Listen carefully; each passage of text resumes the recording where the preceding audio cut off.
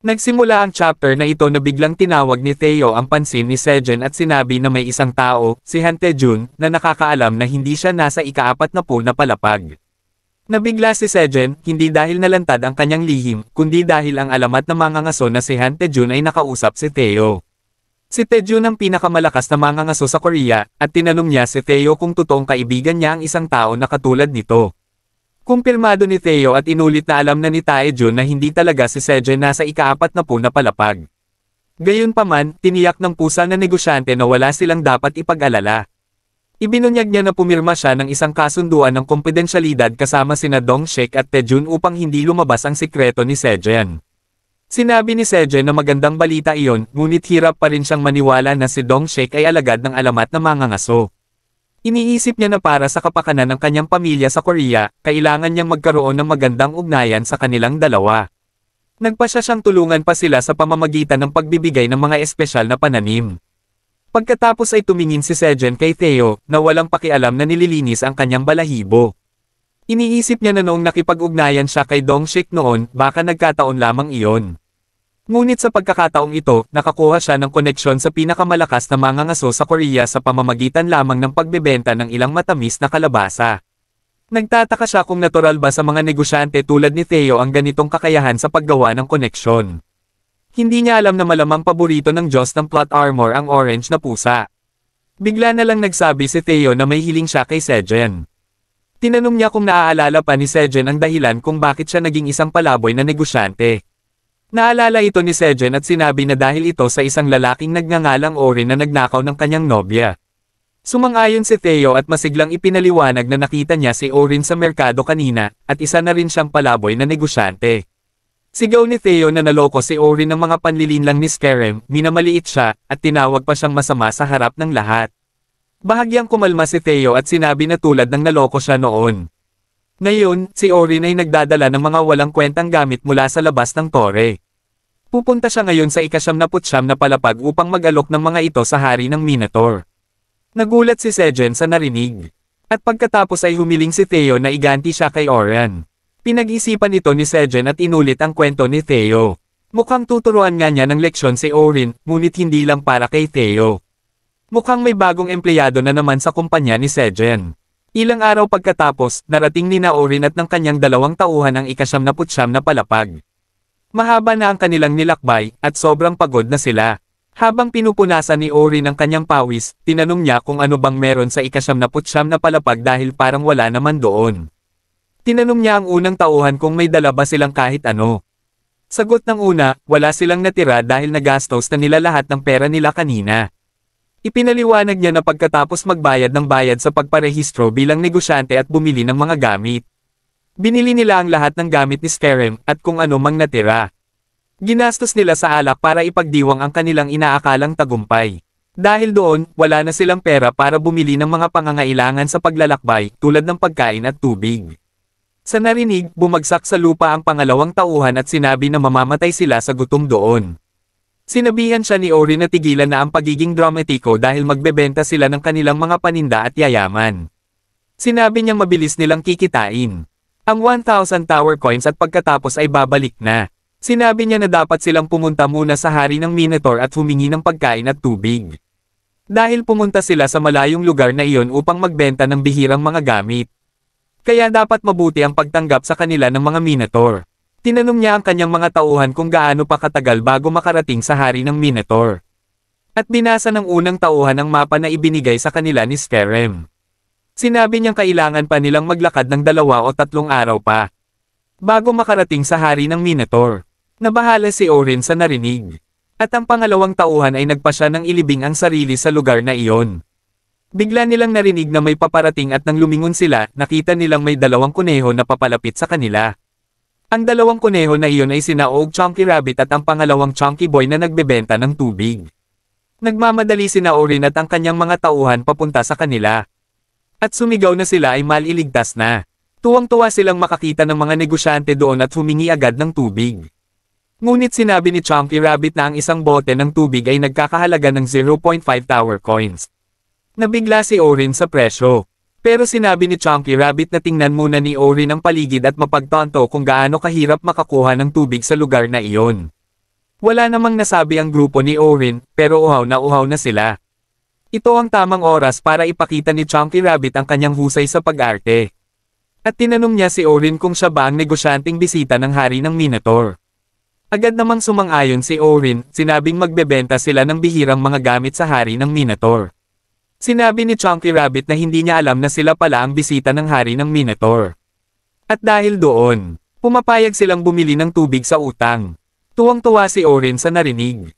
Pero naglabas si Chunky Rabbit ng papel at ibinigay ito kay Orin at sa kanyang mga tauhan. Tinanong ni Orin kung ano iyon.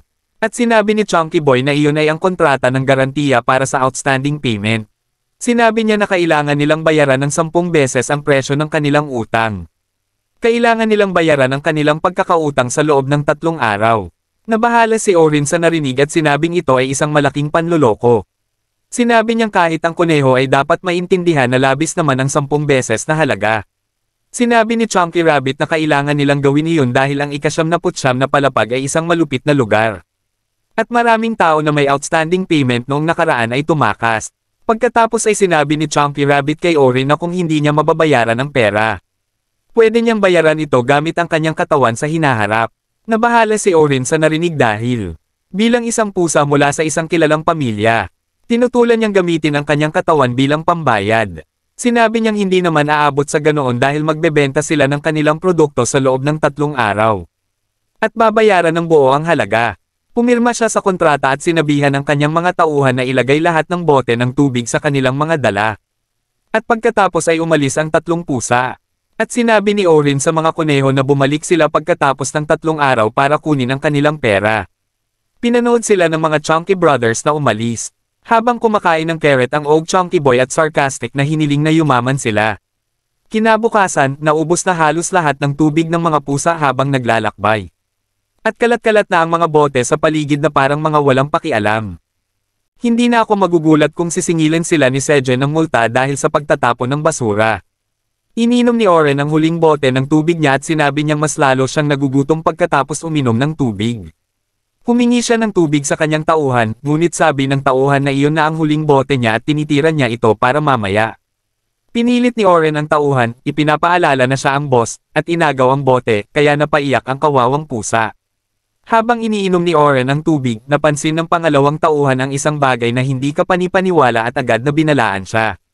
May maliit na kubo sa di kalayuan na may usok na lumalabas dito, at napasigaw ang pusa na baka iyon ay isang restaurant. Sumingot si Oren sa paligid para alamin kung ano ang niluluto, at naamoy niya agad ang inihaw na isda na nagpaluwa ng kanyang laway. Dali-dali siyang tumakbo papunta sa impromptu na restaurant na pinamamahalaan ng Sickle Rabbit at iba pa. Malugod silang tinanggap ng Sickle Rabbit sa nag-iisang restaurant sa ika-9 na palapag na tinatawag na Rabbit House.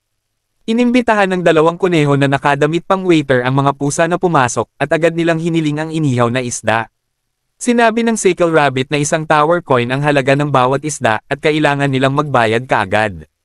Nagulat si Oren at sinabing napakamahal nito. Ipinaliwanag ng Sickle Rabbit na walang lawa o dagat malapit dito kaya napakahirap kumuha ng isda.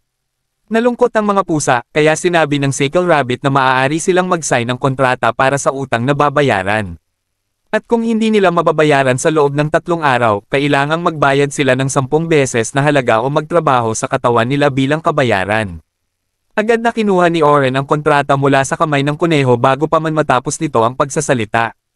Nilagdaan niya ang kontrata at sinabing simulan na ang pagluluto.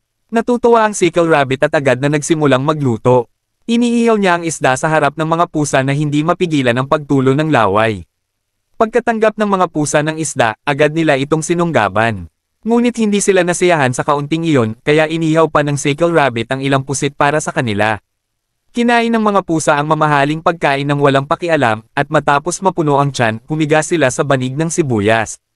Hindi na sila makagalaw dahil sa sobrang kabusugan, at sinabi ni Oren na kailangan na nilang pumunta at ibenta ang kanilang mga paninda sa Minotaur King.